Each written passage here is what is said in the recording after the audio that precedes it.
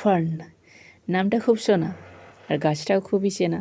আমরা সাধারণত যারা বাগান করে থাকি এটার সাথে সবাই পরিচিত যে নার্সারি থেকে আমরা অনেক রকমের ফার্ন গাছ কিনে নিয়ে আসি, তবে আমি এই গাছটি একেবারে ফ্রিতে পেয়েছি। আসলে এই ধরনের ফার্নগুলো রাস্তার ধারে পুরনো পাঁচিলে আমরা দেখে থাকি। আমরা যে সমস্ত ফার্ন গাছ লাগিয়ে থাকি সেগুলো কেনা, কিন্তু এই গাছটা আমাদের দেশীয় ফার্ন। এটি খুব সহজেই আমরা পেয়ে যেতে পারি রাস্তার ধার থেকে। এই গাছের সবথেকে আমার যেটা বেশি ভালো লেগেছে পাতার যে প্যাটার্ন, সেটা খুব আমাকে আকর্ষণ করেছিল। সেই কারণে আমি আজ গত 3 বছর ধরে একে বসিয়ে আর কি নিজের গার্ডেনে অ্যাড করার চেষ্টা করছি, কিন্তু কোনোবারেই রেজাল্ট ভালো হয়নি। তবে এই বছরের যে গাছটা বসিয়েছিলাম খুব লাকিলি গাছটা হয়েও গেছে।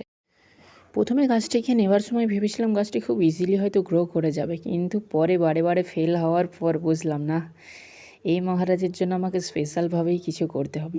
তো আমি একটা পুরনো পাঁচিলের যে চুন সুরখিওয়ালা যে সয়েল হয়, আমি সেই সয়েল নিয়ে এসেছিলাম, কারণ ভাবলাম এ যেমন পরিবেশে ছিল তাকে তেমন পরিবেশে দিতে হবে। তো সেই রকমই মাটি আর একটা গাছের ছায়াতে একে রেখে দিয়েছিলাম।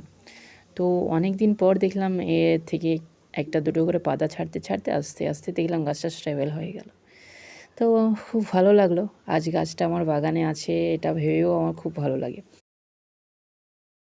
এই গাছটি নিয়ে কাজ করতে করতে একটা জিনিস আমি অবজার্ভ করলাম যে এই গাছটি কিন্তু প্লাস্টিক পটের থেকে মাটির পটে খুব ভালো গ্রো করে, কারণ এরা তো ভিজে স্যাঁতস্যাঁতে জায়গা বেশি পছন্দ করে, আর মাটির হাঁড়ি সবসময় একটা ঠান্ডা আর ভিজে স্যাঁতস্যাঁতে ভাব থাকে, তো এরা ভালো গ্রোথ করে।